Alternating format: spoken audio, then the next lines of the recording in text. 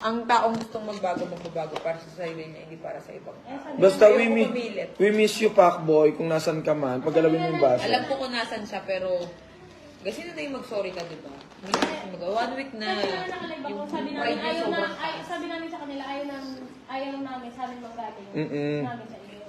Ayaw namin magsalita. At saka ano, At saka wala talaga tayong alam, bakla. At sila lang yung may wala akong karapatan. sasalita eh. Hindi pwedeng kami. Mga problema lang to? na ano, mga problema lang kami na basta hindi na kaya ng brain ko talaga.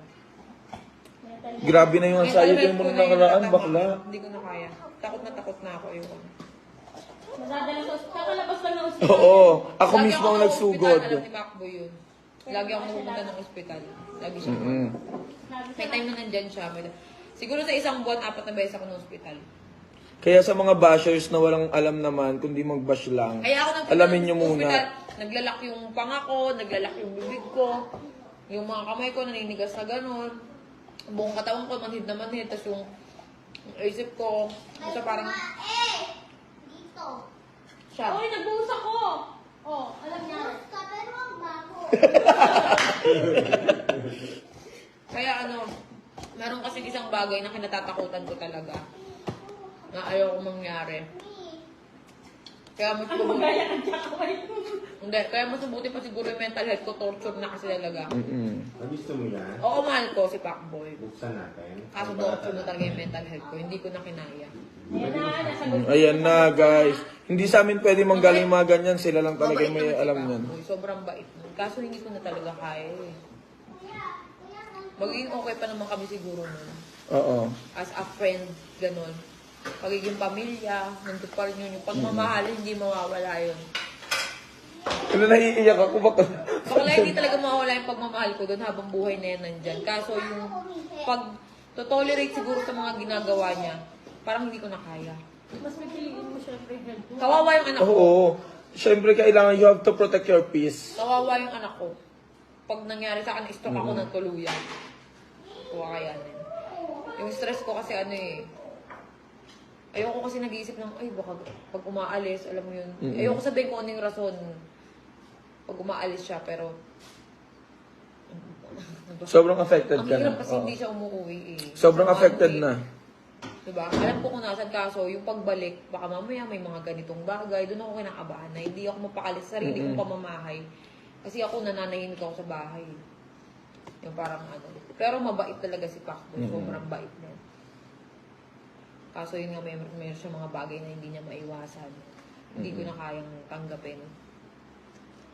Ilang beses na paulit-ulit. Tanungin nyo rin siya. Try nyo siyang tanungin. Ayoko, sawa na rin kami magbugbugan. Wala na. Yung sinasabi na dumadaan si Pacboy sa depression, hindi totoo yun. Alam niya kung ano yung depression. Depression na talagang yung utak mo parang may nag-uutos sa'yo na ganito, ganyan, na ikaw na lang yung tumitigil. Hindi ko mapigilan minsan yung sarili ko. Kaya lahat ng friends ko, nandito ngayon sa bahay ko. At saka yung depression, hindi mo makontrol kasi sarili mo yung kalaban mo. Depression daw si Pacboy ngayon, nasa ng gamot. Ako, ang dami kong gamot. Hirap. Sobrang hirap. Teka lang. Ito pa, si Pacboy, nagsasorry naman. Sorry lang, ganun lang. Kasi yung pumunta ka. Kasi yung linawin mo kung anong nangyari. Ganito yan. Kaya ako nagalit sa kanya noon, yung time na yon, sa hospital ako, hindi siya pumunta.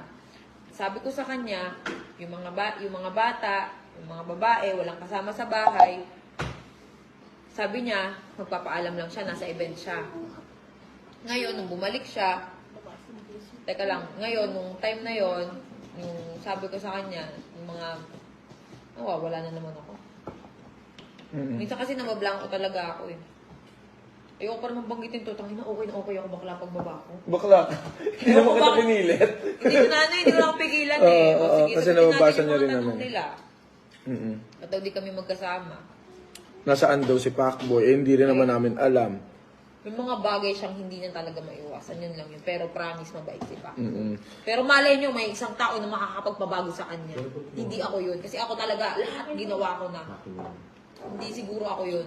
Uy, Malay parang mo, may matindi isang- pati sa Katniel. Malay mo, hindi kami nagsasalita sa social media, inaantay ko lang siyang umuwi. Para kami yung mismo magla-live dalawa. Iniintay ko lang mismo na siya yung lumapit. Wala pa rin. Nagpasko. Wala. Pasko, walang ano, diba? Dami naman Nangyayari. Yung sinasabi na pinalayas ko siya, walang ganun. Mm. Kung pinalayas ko siya, sana wala yung gamit niya. Andito lahat sa kwarto. Nandito lahat ng gamit. Hindi lang siya umuwi kasi alam niya kung anong reason, kung anong mangyayari pag umuwi siya at mahahalata ako siya. Ganun yun. Alam niyo na, guys. Babalik at magkikita pa rin kami ni Pacboy. Siyempre, may mga bagay kami dapat ayusin. I-settle. Tapusin. Lalo na Ganun. lahat ng trabaho. Ulitin ko yung kasama namin. love, nandun pa rin yun. Hindi mawawala yun. Kaso yung peace of mind, sirang-sira na talaga yung mental health ko. May mga pakwait na nagsasabi na ginamit lang daw. Di ba kaya inano namin kami? Anong ginamit? Walang gamitan na nangyari. Oo, lahat kasi kami. Ginamit mo lang daw. Hindi ko alam kung... Ginamit ko? Lang daw si Paco. Oo, tapos kami raw ginamit din namin. Walang ganun kasi magkakaibigan nga kami dito. Walang Tapos sa kanila naman, mutual yung ano Maayos si nila. Pacboy na nandito sa bahay. Walang ganun. Para sa kanya lahat ng payo ko, para sa kanya lahat ng ginagawa ko. Hindi siya nakikinig sa akin. Tinuntok ko na nga sa mukha bago kami maghuhong ko, binlock. Ayan ko, grabe. Ano pala nangyari? Bago mag endurance. Binugbog ko rin yun sa sasakyan. May video ka, di ba? May mga bagay talaga siya hindi niya kaya iwasan. Kahit anong bugbog ko, hindi niya talaga kaya. Kahit anong iyak ko, kahit anong load ko sa harap niya, wala talaga nangyayari. Hindi talaga kayang baguhin. Alam niyo na ako. Kahit anong iyak ko, marami akong video, iyak ako sa harap niya. Magsasorry siya, mga ilang araw, uulit na naman sa ganun. Hindi ko mabanggitin kung ano yung ginagawa niya. Pero syempre, di ba? Alam niyo na yun. Alam mo, may mga nakakaalam. Pero ulitin ko, mabait si Pacboy. At mahal namin si May Pacboy. problema lang talaga. May problem lang talaga. At ang na-apektuhan is yung mental health ni Cherry. Ilang beses na siya na hospital, Diyos ko. Ako yung kasama niya, saksing buhay ako. Saksing buhay tayo lahat. Hindi ako Kami mga solid followers kami na nakaka-message ko na talagang nakakaalam ng totoo. At saka hindi kami dito nag-i-stay ngayon lang. Kasi nga syempre kailangan ng kasama ni Cheche. Ayan.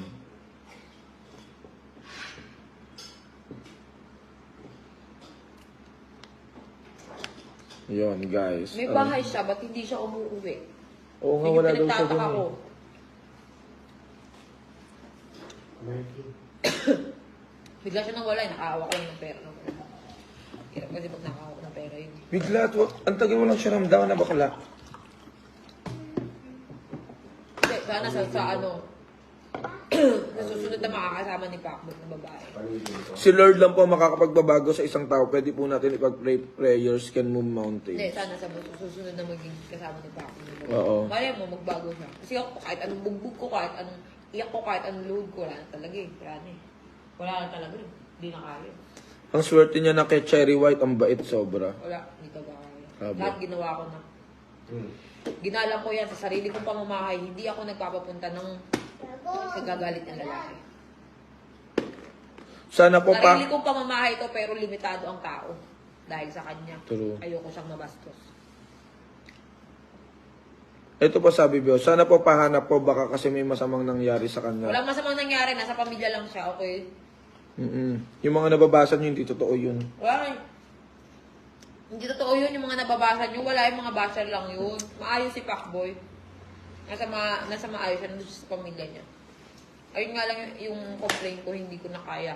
Hindi na kaya ng mental health ko. Siguro kung magbablog kami, para sa work na lang yun. Para sa kanya. Para hindi isipin ng tao na ginagamit ko. Hindi ako magkukontent sa page ko. Walang problema.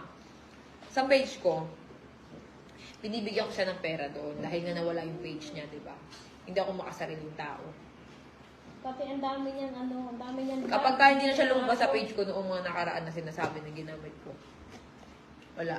At saka walang page si Pacboy ngayon, pero ginagamit yung page mo, no? Tapos sa kanya yon, sa kanya yung Sa kita kanya na yun. kita nun. Oo. Kapag ka may video siya, sa kanya kita nun. True. Pati ang dami niyan, ayaw na mag-edit. Ako pa nga nag-edit ng video noon. Tamad na tamad. Malay nyo, huwag natin ipilit yung mga bagay na talagang hindi talaga kaya, di ba? Malay nyo, meron pang ano. Totoo, namimiss ko siya. Kahapon nga, nasa timbugok ako, naiyak ako. Kaya nga nasa sasakyan lang ako, di ba? Nag-aaya ako agad umuwi. Wala na, alala ko lang siya. Nakakalungkot syempre yung mga bagay na nakasanayan ko. biglang parang, biglang nawala na. Bababa ka dito sa hagdan, makikita mo siya dun sa sofa. Diba? Tapos yung mangungulit sa'yo. Okay naman siya, mabait naman siya, sweet siya. Kaso yun nga, may mga bagay talagang hindi niya kayang iwasan. Na At hindi ayun ko yung rin masakit. kaya, yung takot ko kasi nandun, hindi mawala. Tignan na lang natin soon kung anong mangyayari, di ba? Ayoko rin mag-galaw ng salita Oo. na hindi ko natatanggapin na parang gano'n. Ayoko bitaw ng salita na gano'n. Ang inaano ko lang, hindi ko na kaya yung stress. Kawawa yung anak ko. Lagi ako nauuspital sa stress. Hindi ko na kaya. So, uunahin mo muna Lahat yung ginawa ano. ko na, promise. Lahat ginawa ko na. Lahat ng pag-unawa. Kausap ko naman sila Lovely kahapon. Oo nga, alam na kaagad. Welcome si Pacboy sa kanila. Hindi naman nawala at wala namang umalis. May nag-message pa sa'yo, kaya daw pumunta si Cherry sa Bulacan para i-solid yung mga gamit mo. Walang ganon. Gusto niyo ibaba ko ngayon yung gamit ni Pacboy. Nandito pa. Nandito lahat. Nandito pa hindi lahat. ko inaalis. At ang mga sapatos, tambak, at ang mga damit nandito lahat. Wala akong inaalis na gamit. At yung sinasabi ni Pacboy, siguro planong lang siya. Kagabi, nagsasorry siya sa akin, nagme-message. Hindi sapat yung message. Kasi kabisado ko na siya. Magsusorry siya, uulit na naman. Pang-anim na yun eh. Hindi na kaya ng mental health ko talaga na natatakot ako para sa kanya. Para sa kanya, para sa akin. Kawawa anak ko. Diba? Kala mo yung sorry na sincere side eh. Yung sorry kasi. Kasi pag nagsusorry siya, dadalan lang niya ako ng suman, okay na ako. Oo. Ngayon, hindi pa pwede. Lupak mo Bakla na na, ito. hospital na ako. Totoo. Bakla, hindi na ako mapagsalita. Naglalakad pa ako sa stress. Alam mo yan, ano nangyari na nalalamig na naman Ganito, ako. oh. Ano nangyari sa akin? Doon ka na bakla, matulog ka na. Naglalamig na naman ako. Ayoko mawala Ano ba? na eh. Pero Naglamig sabi ko daw eh. hawak ka daw agad ng yelo. Eh, nung nalalamig na naman si bakla.